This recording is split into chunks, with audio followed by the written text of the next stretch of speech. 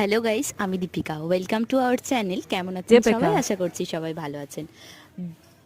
প্রায় এক সপ্তাহ পর আজকের দিনটা একটু রোদ উঠেছে আর ওয়েদারটাও বেশ ভালো লাগছে, তাই জন্য ভাই এখন লাটাই বার করেছে ঘুড়ি ওড়াবার জন্য। কিছু অংশ ডোর জড়িয়ে গিয়েছিল বলে সেগুলো চিড়ে ফেলেই দিতে হলো।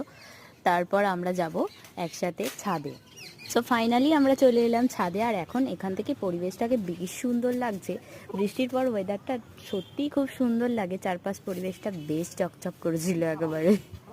আর দেখতে দেখতে ভাই ঘুড়ি ওড়ানো শুরু করেই দিল। তাও ঠিক আছে, তুই ওড়া না।